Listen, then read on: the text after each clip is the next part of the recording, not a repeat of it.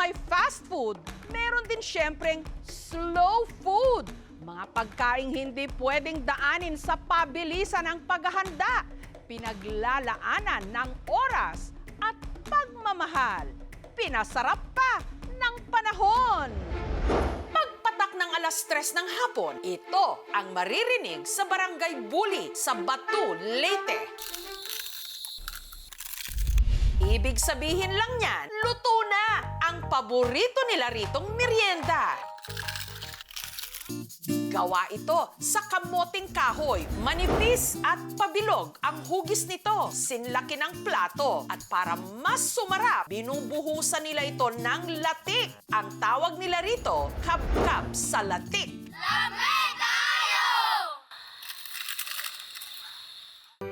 Isa sa mga gumagawa nito, si Angel. Ang kanyang kabkab sa latik recipe, pamana pa raw sa kanya ng kanyang lola Gunigunda. Tungod sa among kapobre, magbuhat ko og kabkab akong ibaligya sa mga tabo-tabo aron na ay mahimo na akong pangwarta. Ang gamit ni Angel na kamoteng kahoy galing sa tanim nila mismo sa bukid. Ito, saktong-sakto to, malaking puno.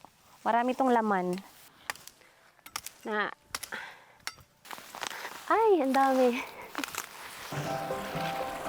Hinugasan niya ang mga ito sa sapa. Binalatan. At ginayad sa kung tawagin nila, banguran. Tapos ito yung medyo mahirap na step kasi kakad ka rin siya isa-isa.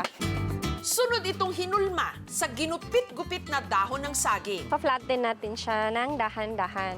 Hanggang sa mag-shape po siya na kasing laki ng plato. At saka isinalang sa kumukulong tubig. For 1 minute po ito. Tapos pag nagkulay paste na po siya, pwede na po natin siya tanggalin.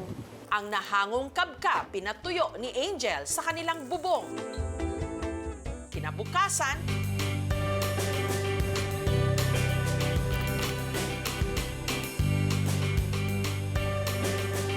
pwede na itong iprito.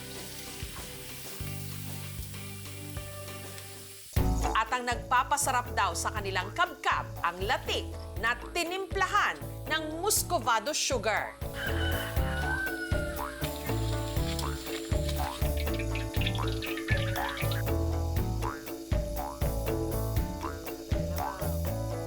Unique iya lasa, gidagdagan siya latik. Lami gyud siya na combination. Crunchy pud siya. Ang paborito namang merienda ng mga tiga-Badok sa Ilocos Norte, pamana rin ng kanilang mga ninuno para itong minatamis na chichirya na gawa sa pinatuyong papaya. Pero ang gamit dito, hindi ang bunga, kundi ang mismong puno nito. At ang tawag nila rito, ingkalte. Isa na nga lang daw ang marunong magluto ng ingkalte gamit ang puno ng papaya. Ang magsasakang si Richard. 15 anyos lang daw siya nung natutong magluto nito. Yun ang gusto yung customer. Natutunan ko po, ma'am, sa mga magulang ko nagluto ng ganon. Ang gamit daw ni Richard noon pa man ang puno ng lalaking papaya o yung papayang hindi namumunga. Madali naman kumuha ng papaya, ma'am, pero yung mag-slice medyo mahirap. Kailangan may bilad para makuha yung texture. Ang nagpapatamis dito, katas ng tubo na kinolekta niya gamit ang dadapilan. Malaking tulong ito para makaluto. Pagkatapos, isinalang ito sa malaking kawa para gawing pulot o molasses. Kapag lumapot na, pwede nang ihalo ang pinatuyong puno ng papaya. Binibitin namin para hindi dumikit sa paglutuan. Kasi pag dumikit na uulog yung mga linuluto namin. Sarap naman, para yung kamuting kahoy na tinuluto lang nila. Ang Ilocano bilang matipid, bilang masinop at mga taong ayaw nag-aaksaya ng kung anong meron sila, ginagawa nila ng paraan na kung saan ang lalaking papaya na hindi makapagbigay ng prutas ay pwede pa rin kainin. Dito naman sa kabundukan ng Banawe sa Ifugao, may ay isang tradisyon na patuloy na umaagos at ipinapasa-pasa sa mga henerasyon ang pagtagay nila ng isang klase ng alak tuwing may espesyal na okasyon. Gawa ito sa binurong bigas o fermented rice at ang tawag nila rito, baya. Meron siyang dalawang purpose. Isa, yung mas relihiyoso, mas ritualistic na purpose niya. Pero meron din siyang celebratory purpose na iniinom ng mga tao yon traditionally para mas maging kaiga-igaya yung mga selebrasyon nila. Sa bawat tahanan sa Ifugao, meron daw marunong gumawa ng baya. Pero ang baya na gawa ni Angker Umanggan, namumukod tangi. Bukod kasi sa espesyal na sangkap nito, isa rin daw siya sa mga pinakamatandang gumagawa pa nito ng mano-mano. Ang pinufu, isang klase ng yeast. Hain masya kahla, ato ko na in masya laklakay, pun paamaan siya, pinopo. Ang paggawa ng pinufu, dati nilang isinisikreto. Pero ngayon, handa na nilang ibahagi sa publiko. Macam ni tiniya ko, anjah na pakuy hitin idi. Ang native na bigas o tinawon rice, binayo.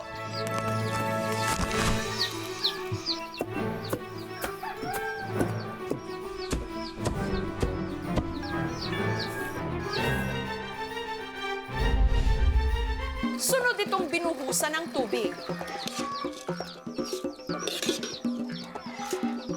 Opolon hanan ipayo sen pokah an nitip harai. Nilagyan ng ugat na kung tawagin, ongwod.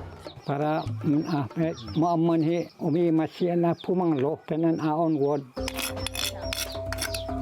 At saka nila ito hinulma. Yakreton iti tachi tam jawon hema podja kita mun eho tana pumanglohan tinopo an macam na inji po ay ana inji po nan caja aja un hamoy an ana maribrepok si inji po ana. Si Ramon gumagawa ng sarili niyang rice wine o baya. Pero ang kanila, itinusta. Kaya ang tawag sa klase ng baya na ito ni Ramon ng mga tiga-Batag, lipog. Maari pantay-pantay ang pagkasalag. Kasi pag may sunog, medyo mapait-pait yung lasa ng rice wine natin. Pulo-pulo na, dahan-dahan na ilalagay itong roasted sticky rice.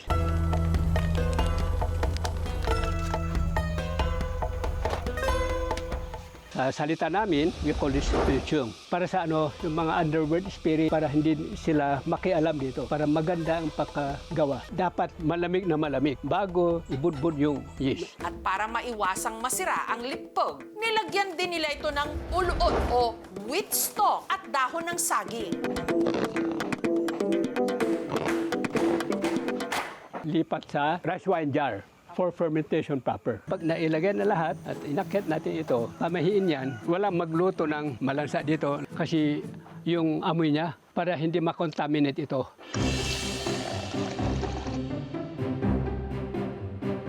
Hindi po maano sa lalamunan, wala pong pait. Medyo matamis and smoky yung amoy niya. Etong lipog na to ay isang napaka-importante na artisanal na produkto, napakahalagang elemento ng ating katutubong kultura. Sa bawat ngasab ng kabkab, sa bawat sausaw ng ingkalti at sa bawat tagay ng baya, nakatatak ang kwento ng ating lahi.